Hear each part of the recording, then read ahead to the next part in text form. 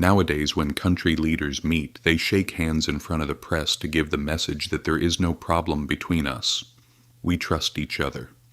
But if they were in the Middle Ages, they would have had to get into the same bed and sleep in order to convey this message. In 1187, Saladin took Jerusalem. Upon this situation, Western states, the British and the French, declare a state of emergency. The two states immediately arrange a meeting. However, there is something that both states overlook, because these two states are more enemies to each other than Saladin.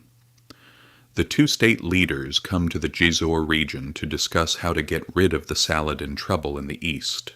Jizor is right on the territorial border of the two states, and there is a tree on the border. The meetings are held under this tree, and as the hours pass, the sun rises higher. The French side remains in the shadow of the tree. The British are under the scorching heat of the sun. The lion-hearted Richard, who was a prince at that time, not a king, was extremely disturbed by this situation and ordered the tree to be cut down during the negotiations. The French King Philip opposes this. However, the British act early and cut down the tree. Diplomacy ends suddenly because of the tree shadow. The atmosphere becomes extremely tense.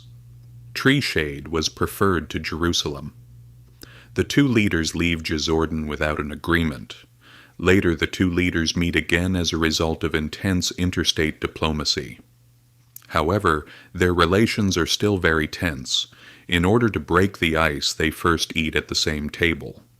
However, both the commanders and the nobles of the two states are afraid that the two kings will change their minds at any moment.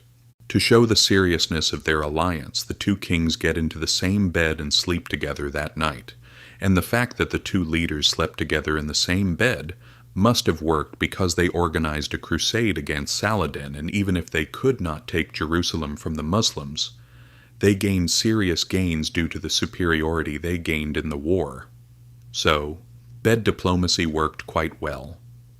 Later, during the Middle Ages, from time to time in Europe, leaders would share the same bed to show their alliance to the public and nobles, making this a symbolic sign of trust.